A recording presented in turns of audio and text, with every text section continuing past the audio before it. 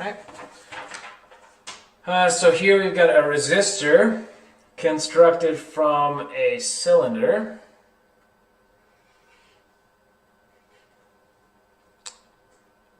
And it's of length L.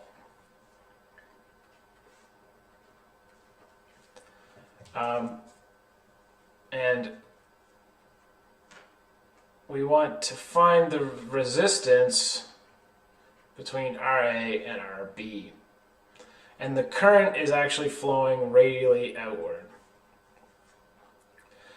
Okay, so if we look at how we define resistance as the resistivity times the length over the area, in a usual wire, we have our current going this way, so this would be our length, and this cross-sectional area would be our area. Now we have these shells,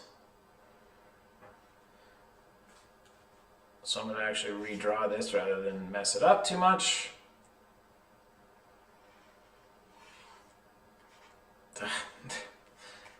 And my redrawing is going to be terrible. We have these shells that we're calculating our current over. So our current, if I redraw this, so if I imagine some length dr, which is at a distance r from the center,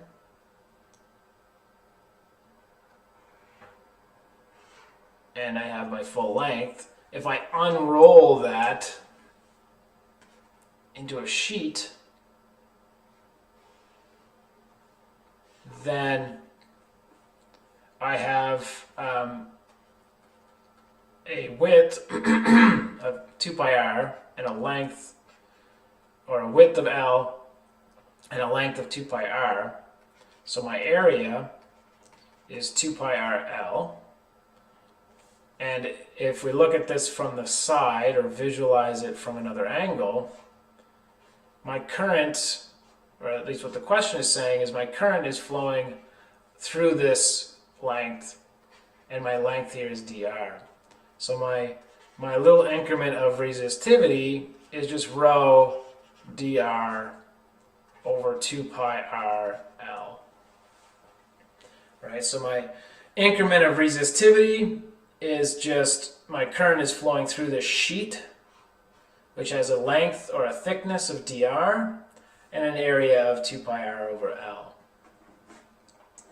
So to get my total resistivity for the entire surface, I need to integrate this expression from RA to RB. So I take my rho dr over 2 pi r L, which is rho over 2 pi L integral RA to RB of dr over R. Integral of 1 over R is ln from RA to RB, which is rho over 2 pi L ln R. Oops, sorry, I did that. Ln RB minus ln RA. And we can combine this because when you subtract lns, you can divide what's inside there. So it'd be RB over RA. And so then that would be my full resistance. Okay, so we do need to integrate. So they used R for the length, pi r squared as the radius, or the pi r squared L as the radius. So I don't agree with that because, again, if we look at our little picture here, it doesn't make any sense to me that this side length would be pi r squared. Yeah, that doesn't really make any sense to me. And I think it's overdoing it.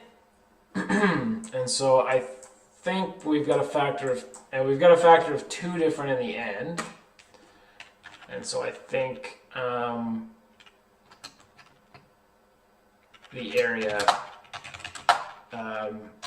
so the initial integration assumes incorrect areas should be a factor of 2 1/2. So I believe that's